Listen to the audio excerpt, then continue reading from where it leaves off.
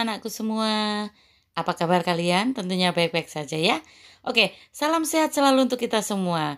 Nah, saat ini kita akan belajar pelajaran tematik masih di tema 1. Nah, kali ini kita akan membahas di subtema yang ketiga, pembelajaran yang pertama sampai dengan ketiga, yaitu tentang lingkungan dan manfaatnya. Bagaimana? Apakah kalian sudah siap untuk belajar?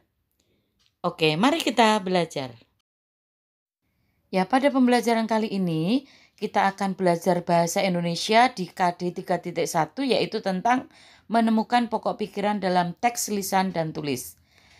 Tentang IPA yaitu KD 3.1 di mana kita akan menjelaskan alat gerak dan fungsinya pada hewan dan manusia serta cara memelihara kesehatan alat gerak manusia. Sedangkan di mata pelajaran SBDP, kita akan belajar di KD 3.1 yaitu tentang memahami gambar cerita. Sedangkan di mata pelajaran IPS, kita akan belajar di KD 3.1 juga, yaitu tentang mengidentifikasi karakteristik geografis Indonesia sebagai negara kepulauan atau maritim dan agraris serta pengaruhnya terhadap kehidupan ekonomi, sosial budaya, komunikasi, serta transportasi. Dan yang terakhir kita akan membahas tentang mata pelajaran PPKN di KD 3.1 yaitu tentang mengidentifikasi nilai-nilai Pancasila dalam kehidupan sehari-hari. Nah, itulah tadi kompetensi dasar yang akan kita pelajari pada pembelajaran kita kali ini. Ya, untuk tujuan pembelajarannya sendiri, dalam pelajaran bahasa Indonesia yaitu dengan kegiatan membaca, diharapkan siswa itu dapat menentukan ide pokok setiap paragraf dalam bacaan secara percaya diri. Untuk tujuan pembelajaran belajar IPA, dengan mengamati gambar, itu siswa diharapkan mampu memahami kelainan tulang sebagai salah satu organ gerak manusia. Sedangkan pelajaran SBDP, itu tujuannya adalah siswa dapat membuat komik sederhana. Nah, tujuan pembelajaran pada mata pelajaran IPS itu adalah siswa mampu mengidentifikasi pengaruh kondisi geografis bangsa Indonesia sebagai negara maritim dan kepulauan terhadap kondisi sosial dan ekonomi masyarakat secara peduli. Sedangkan tujuan pembelajaran pada mata pelajaran PPKN yaitu adalah siswa menyebutkan perilaku yang sesuai dengan nilai-nilai Pancasila dengan percaya diri. Nah, itu tadi adalah tujuan pembelajaran yang akan kita pelajari pada kesempatan kali ini. Nah, anak-anakku sekalian, pada pelajaran bahasa Indonesia coba kalian perhatikan gambar yang ada di layar kalian. Ilustrasi apakah yang dijelaskan oleh gambar di samping? Oleh gambar tersebut, coba kalian perhatikan gambarnya. Ya, sudah diperhatikan gambarnya? Nah, kira-kira ilustrasi apakah yang dijelaskan oleh gambar itu? Pernahkah kalian melihat orang yang sedang melakukan aktivitas seperti ilustrasi tersebut? Coba ayo kita pikirkan bersama-sama. Kira-kira ilustrasi gambar apa itu ya? Ilustrasinya seperti apa? Nah, dari gambar tadi coba perhatikan ada tanah liat yang sudah disiapkan ya. Kalian lihat gambarnya. Terus tanah liat tersebut dibentuk ya, dibentuk menggunakan gerakan tangan ya. Nah, akhirnya jadilah sebuah gerabah. Nah, ini adalah menjawab gambar ilustrasi yang tadi ya. Ini adalah ilustrasi gambar yang pertama tadi. Yang pertama adalah menyiapkan tanah liat, lalu tanah liat itu dibentuk ya, dibentuk dengan gerakan tangan, dibantu oleh beberapa alat ya. Nah, akhirnya jadilah sebuah gerabah. Nah, anak-anakku sekalian, berdasarkan gambar tadi kalian bisa mengilustrasikan gambar tadi sehingga kalian bisa membuat cerita berdasarkan gambar. Nah, bagaimana langkah untuk membuat cerita berdasarkan gambar? Yang pertama, itu kalian harus mengamati dengan cermat gambar tersebut. Lalu yang kedua, kalian membuat ide pokok dari masing-masing gambar. Lalu yang ketiga, kita harus mengembangkan ide pokok itu menjadi sebuah paragraf. Nah, seperti gambar yang tadi ya, seperti gambar yang tadi itu ada 3 gambar. Yang pertama menyiapkan tanah liat dan yang kedua membentuk tanah liat itu dengan bantuan alat dan gerakan tangan, lalu yang ketiga menjadi gerabah. Nah, dari ketiga gambar itu kalian bisa membuatnya ke dalam sebuah cerita berdasarkan ilustrasi gambar tadi. Jelas ya anak-anakku? Nah, dari gambar-gambar tadi kalian bisa membuat sebuah cerita ya dengan kalian mengembangkan ide pokok dari masing-masing gambar tadi sehingga bisa menjadi sebuah paragraf yang padu sehingga menjadi sebuah cerita yang runtut. Nah, ini ada beberapa gambar juga. Nah, di sini ada gambar tempat penyimpanan gerabah, ada juga gerabah yang sudah diberi cat, ada juga gambar gerabah yang sedang dikeringkan.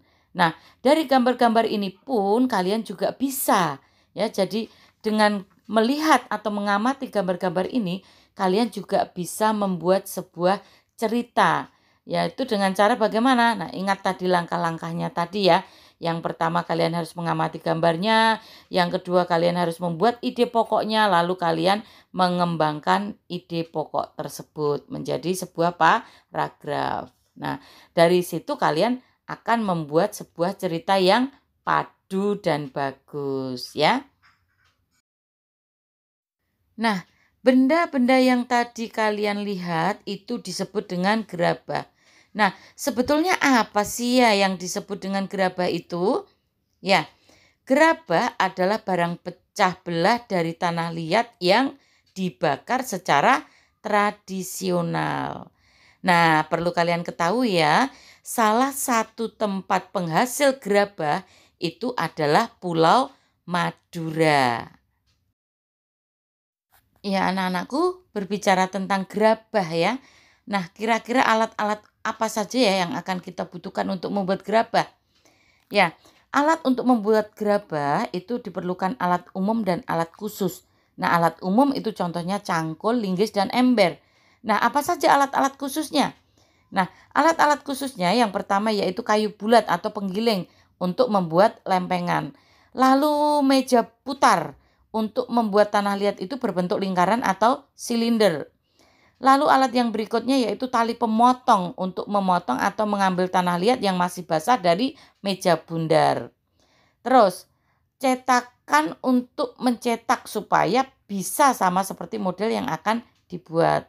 Lalu alat yang berikutnya yaitu namanya batsir, yaitu untuk membantu pembentukan tanah liat. Terus ada juga yang namanya pisau pahat, yaitu untuk membuat dekorasi pada keramik. Lalu ada alat juga yang disebut dengan sudip. Nah, sudip itu untuk membuat hiasan saat gerabah masih basah, itu namanya sudip. Lalu ada juga yang disebut dengan tungku pembakaran. Namanya saja sudah tungku pembakaran, berarti untuk membakar gerabah yang sudah kering.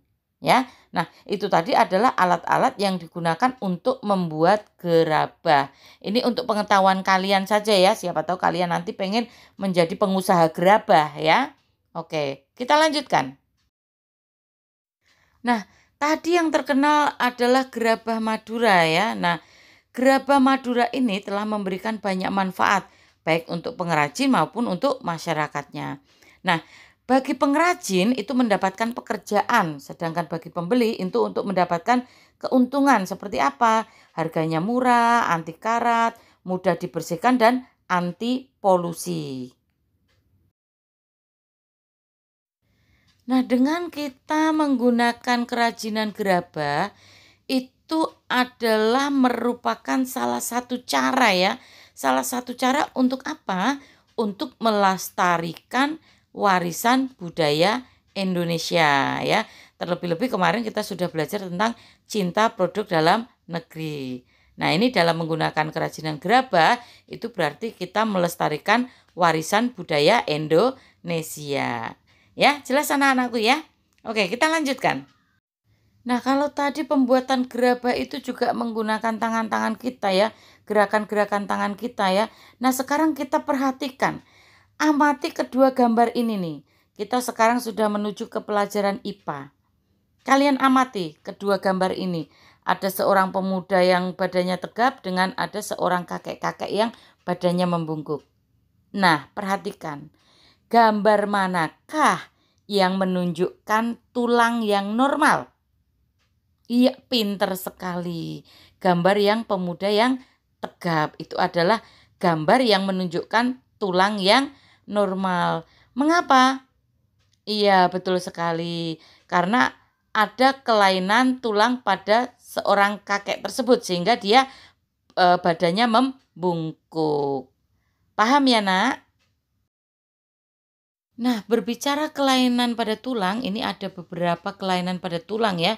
Di antaranya adalah fraktura, yaitu patah tulang, di mana kelainan pada tulang itu diakibatkan karena kecelakaan. Ada juga yang disebut dengan fisura, yaitu retak tulang ya.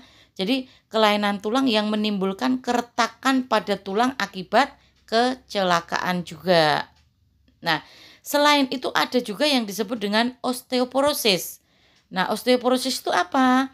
Osteoporosis itu adalah gangguan tulang yang disebabkan karena kekurangan zat kapur atau kalsium dalam tubuh. Nah, selain itu ada juga yang disebut dengan kifosis ya. Kifosis, apa itu kifosis?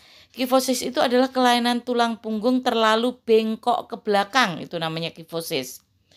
Lalu ada juga lordosis. Nah, lordosis itu apa? Lordosis itu adalah kelainan tulang punggung terlalu bengkok ke depan. Jadi kebalikannya dengan kifosis ya. Kalau kifosis itu bengkoknya ke belakang, kalau lordosis itu bengkoknya ke depan. Nah, ada satu lagi yaitu yang disebut dengan skoliosis. Ya, skoliosis itu adalah kelainan tulang punggung terlalu bengkok ke kiri atau ke kanan atau ke samping ya. Itu tadi adalah beberapa macam kelainan pada tulang. Ya, kita coba akan bahas satu persatu ya tentang kelainan tulang tadi ya. Yang pertama kita bahas tentang fraktura atau patah tulang ya. Nah, fraktura itu ada dua jenis ya, bisa fraktura tertutup dan fraktura terbuka. Nah, fraktura tertutup itu seperti apa? Fraktura terbuka itu seperti apa? Kalian bisa perhatikan gambarnya itu. Fraktura tertutup dan fraktura terbuka ya. Di buku paket kalian juga ada ya. Kalau fraktura tertutup itu patah tulang yang tidak sampai merobek kulit atau otot. Ya. Jadi tidak sampai merobek kulit atau otot. Tetapi kalau fraktura terbuka itu adalah patah tulang yang merobek atau bisa juga disebut dengan menembus kulit atau otot. Nah, kalian bedakan perbedaannya ya antara fraktura tertutup dengan fraktura terbuka. Ya. Kalian perhatikan gambarnya. Dari gambarnya kalian pasti sudah mengetahui jelas-jelas berbeda ya antara fraktura tertutup dengan fraktura terbuka. Paham ya anak-anakku ya? Semoga kalian jelas, semoga kalian juga mengetahui. Jadi siapa tahu di antara kalian nanti ingin menjadi seorang dokter ortopedi ya. Ibu doakan semuanya bisa menjadi dokter. Oke, amin ya. Oke, kita lanjutkan. Nah, sekarang yang berikutnya adalah fisura atau retak tulang. Nah, kalian perhatikan retak tulangnya itu seperti pada gambar itu. Ya, jadi tulangnya itu hanya mengalami retak saja. Ya, mungkin di antara kalian sudah ada yang pernah mengalami retak tulang? Oh, jangan sampai ya, jangan sampai. Jadi kalian harus berhati-hati ya dengan tulang-tulang kalian.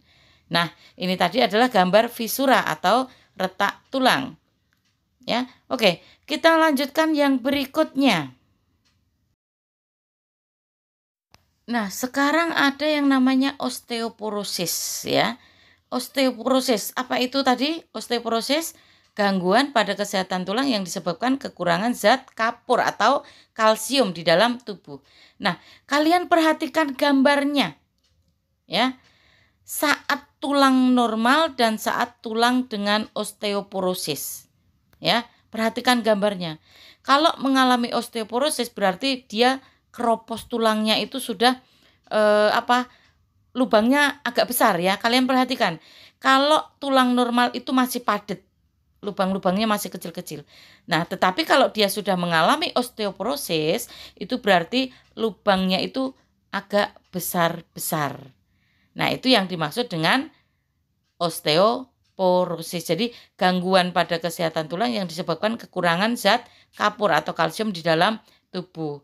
Gambarnya seperti itu. Bisa membedakan antara yang normal dengan yang osteoporosis. Ya, kita akan lanjutkan dengan kelainan tulang yang berikutnya, yaitu ada kyphosis, lordosis, dan skoliosis. Ya, karena ini saling berhubungan nih ya. Nah, kyphosis yaitu kelainan tulang karena sikap duduk membungkuk sehingga tulang membungkuk ke belakang. Nah, gambarnya seperti itu ya. Tulangnya jadi membungkuk ke belakang. Nah, lordosis adalah kelainan tulang punggung membungkuk atau membengkok ke arah depan. Seperti itu. Nah, kalau skoliosis itu adalah kelainan tulang punggung membengkok ke arah samping tubuh. Bisa ke samping kanan, bisa ke samping kiri. Ya.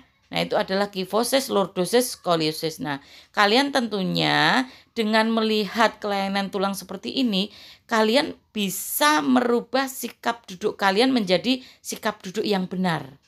Ya, jangan sampai kalian bisa mempunyai kelainan tulang seperti kyphosis, lordosis, dan skoliosis.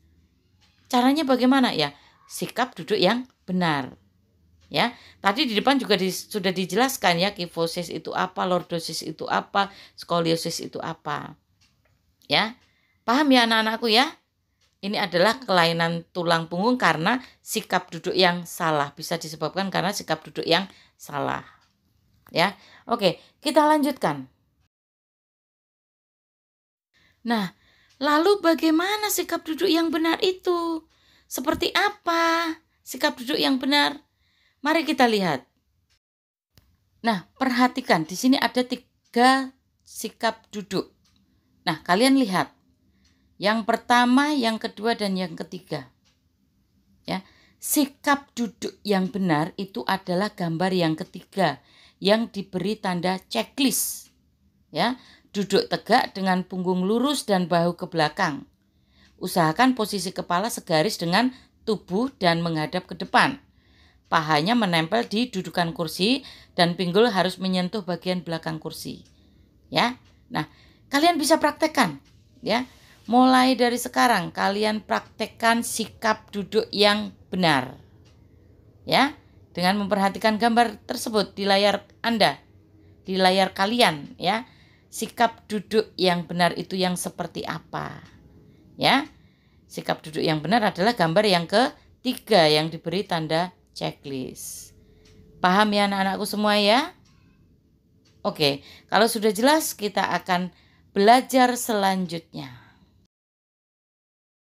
Ya, dari belajar IPA tadi tentang kelainan tulang, nah sekarang saatnya kita akan beranjak tentang membuat sebuah komik, di mana komik ini berbicara pada mata pelajaran SPDP ya. Nah, apa sih yang sebetulnya disebut dengan komik? Komik bukan obat batuk komik ya, bukan ya. Di sini komik adalah suatu bentuk seni yang menggunakan gambar-gambar tidak bergerak dan disusun sedemikian rupa sehingga membentuk jalinan cerita. Nah, itu disebut dengan komik. Ya. Nah, untuk lebih jelasnya kalian bisa lihat nih ya, contoh komik itu seperti apa. Nah, waktu yang lalu waktu kita nge-zoom, kita pun juga sudah berbicara tentang komik ya. Dan di antara kalian ada yang suka membaca komik, bahkan ada yang sempat mengoleksi komik ya. Nah, kita akan berbicara lanjut tentang komik. Oke? Siap ya? Ya, ini adalah salah satu contoh komik ya. Nah, dalam komik itu ada balon teks. Nah, balon teks itu fungsinya untuk apa? Ya, teks dalam komik itu berfungsi untuk menjelaskan, melengkapi, dan memperdalam penyampaian gambar secara keseluruhan. Nah, suatu saat nanti kita akan belajar membuat komik sederhana, ya. Pasti kalian bisa ya, jadi orang yang optimis ya, jangan pesimis. Pasti kalian bisa membuat sebuah komik sederhana. Ya, di antara kalian banyak kan yang suka dengan membaca komik? Ya kan? Oke. Kita lanjutkan. Ya, anak-anakku sekalian, dari komik kita kembali lagi, tadi kita berbicara tentang gerabah tadi yang berasal dari mana tadi? Iya, dari Pulau Madura. Nah, sekarang kita akan belajar ilmu pengetahuan sosial ya atau IPS, di mana kita akan menggali potensi alam di Indonesia, ya. Nah, potensi alam di Pulau Madura itu mulai dari bahan tambangnya, hasil hutan sampai hasil pertanian dan hasil lautnya itu membuat kagum banyak orang. Nah, kalian tahu untuk mencapai Pulau Madura itu harus melewati Selat Madura. Ya, harus melewati sebuah selat Madura. Nah, tapi kalian tidak usah berkecil hati ya. Sekarang ini berkat kemajuan pembangunan nasional itu telah dibangun jembatan yang namanya adalah Suramadu. Jembatan apa? Ya, jembatan Suramadu yang melintasi Selat Madura dan menghubungkan kota Surabaya dengan Pulau Madura. Hebat ya, bisa membuat jembatan di atas selat ya, yang melintasi Selat Madura dan menghubungkan kota Surabaya dengan Pulau Madura. Apakah di antara kalian sudah ada yang pernah ke sana? Pernah melewati jembatan Suramadu? Oh, ada ya. Bagaimana? Bagus. Iya bagus, iya. Bagus sekali. Nah, bagi yang belum boleh suatu saat kalau sudah selesai pandeminya ya, sudah selesai pandemi kalian bisa berwisata ke Suramadu ya. Jadi Suramadu itu nama sebuah jembatan yang dibangun yang melintasi Selat Madura dan menghubungkan kota Surabaya dengan Pulau Madura. Ya, di negara Indonesia itu merupakan negara maritim. Nah, apa itu negara maritim? Negara maritim adalah negara yang memiliki perairan yang luas. Nah, wilayah Indonesia itu hampir 2/3 wilayahnya itu merupakan lautan. Nah, sedangkan antara pulau yang satu dengan pulau yang lain itu disatukan oleh laut. Ya. Nah, kondisi geografis Indonesia sebagai negara maritim dan kepulauan itu menyimpan potensi yang besar dalam berbagai bidang. Misalnya bidang apa saja? Bidang ekonomi, bidang sosial, bidang budaya dan juga transportasi. Ya. Nah, itu tadi adalah kondisi geografis Indonesia. Tentunya kalian sudah pernah belajar ya di kelas 4 ya tentang letak geografis dan astronomis ya. Dan minggu-minggu kemarin pun kita juga sudah membahas tentang letak astronomis dan geografis Indonesia. Ya. Mudah-mudahan kalian lebih paham lagi ya, Nak ya. Oke, kita lanjutkan. Ya, berbicara tentang potensi alam di Indonesia, Indonesia itu merupakan negara maritim dan negara kepulauan. Nah, jumlah perairan yang lebih besar daripada daratan itu membuat Indonesia itu menjadi salah satu negara dengan potensi laut terkaya di dunia. Nah, kira-kira potensi laut apa saja tuh ya? Ada garam ya, karena laut itu kan untuk menghasilkan garam ya. Ada juga minyak bumi. Ada juga banyak ikan ya di Indonesia itu ya. Ada juga tumbuhan-tumbuhan laut, ada juga mutiara, dan ada juga terumbu karang ya. Nah, itulah yang membuat Indonesia itu kaya akan potensi lautnya. Ya, kalian bisa sebutkan lagi ya. Oke, kita lanjutkan. Ya, sekarang kita lanjutkan lagi yaitu tentang jenis pekerjaan yang memanfaatkan sumber daya laut. Nah, kira-kira apa saja? Ayo sebutkan. Ya, betul, nelayan, ada juga pedagang, ya. Betul, petani garam, jasa pelayaran, petani rumput laut, budidaya kerang mutiara, usaha pariwisata dan juga ada pertambangan minyak. Nah, itu tadi adalah jenis-jenis pekerjaan yang memanfaatkan sumber daya laut. Oke, kita lanjutkan. Nah, sekarang dampak dari letak dan kondisi geografis bangsa Indonesia sebagai negara maritim itu apa saja? Yang pertama, komunikasi dan interaksi antar penduduk itu menjadi lebih mudah. Baik itu antar warga Indonesia maupun orang Indonesia dengan warga asing. Lalu dampak yang kedua terjadinya pembauran, pencampuran atau peleburan nilai-nilai antar pulau dan antar negara. Lalu dampak yang ketiga terjadinya perubahan perilaku masyarakat karena pengaruh masuknya pola dan nilai perilaku dari pulau, daerah maupun dari negara lain. Lalu dampak yang berikutnya yaitu terjadinya perpindahan ilmu, pengetahuan, dan teknologi. Nah, itu tadi adalah dampak dari letak dan kondisi geografis bangsa Indonesia sebagai negara maritim. Jelas ya anak-anakku semua ya? Oke, kalau sudah jelas kita lanjutkan kembali.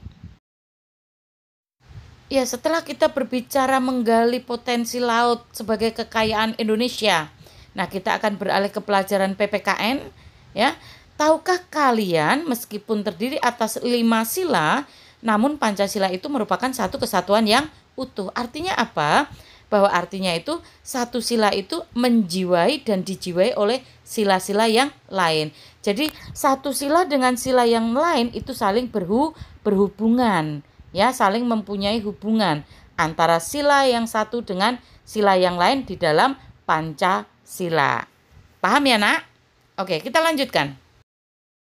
Nah, sekarang bagaimana cara yang dapat dilakukan untuk memupuk rasa persatuan dan kesatuan?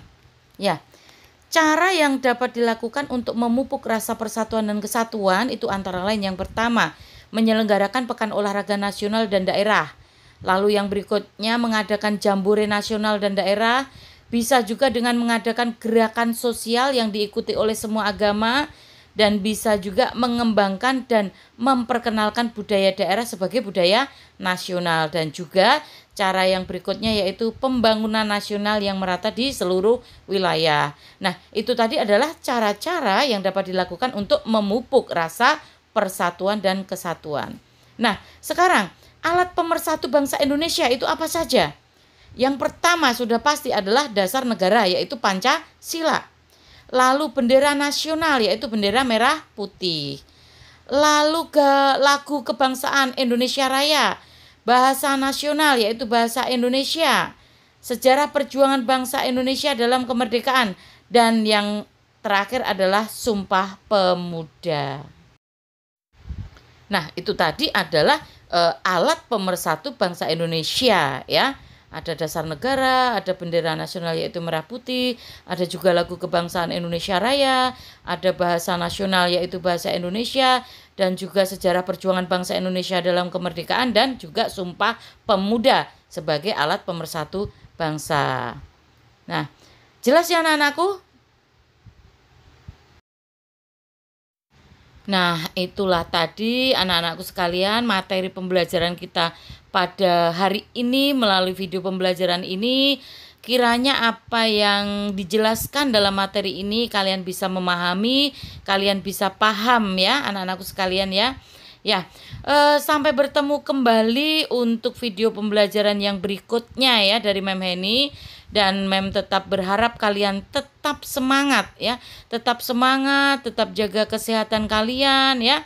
Sehingga kalian bisa belajar dengan baik meskipun belajarnya masih secara daring ya. Dan kita semua berdoa ya semoga pandemi ini cepat berlalu sehingga kita bisa bertemu kembali untuk tatap muka di sekolah. Ya, oke, sampai di sini dulu perjumpaan kita dalam video pembelajaran kali ini. Sampai bertemu kembali, kita lanjut di esok hari dalam pembelajaran video yang selanjutnya. Bye-bye. Salam sehat selalu untuk kalian.